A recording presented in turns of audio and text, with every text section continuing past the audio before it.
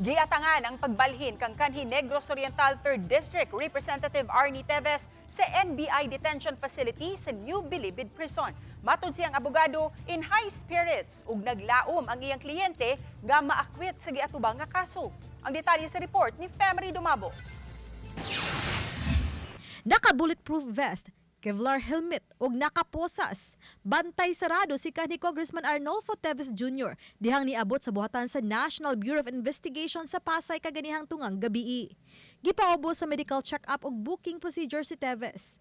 Dinhi gikuhaan siya og fingerprint ug mugshot subay sa mga kasong 10 counts of murder, 12 counts of frustrated murder ug 4 ka kaso sa attempted murder. Nunot kini sa pagpatay kang kanhi Negros Oriental Governor Degamo ug siyang pa ka individual ni adtong March 4, 2023. Miabot sa buhatan ng abogado ni Teves nga si Attorney Ferdinand Topacio kauban ang inahan ni Teves. Gitugtan sila nga mahinabi sa personal si Teves nga milanat og tunga sa oras.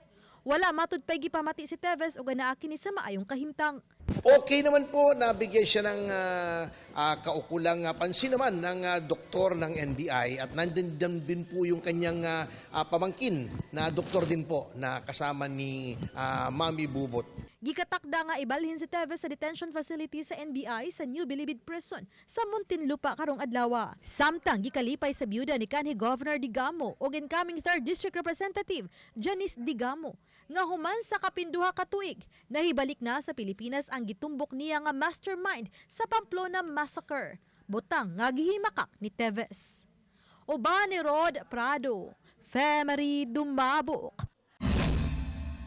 Balitang Bisdak.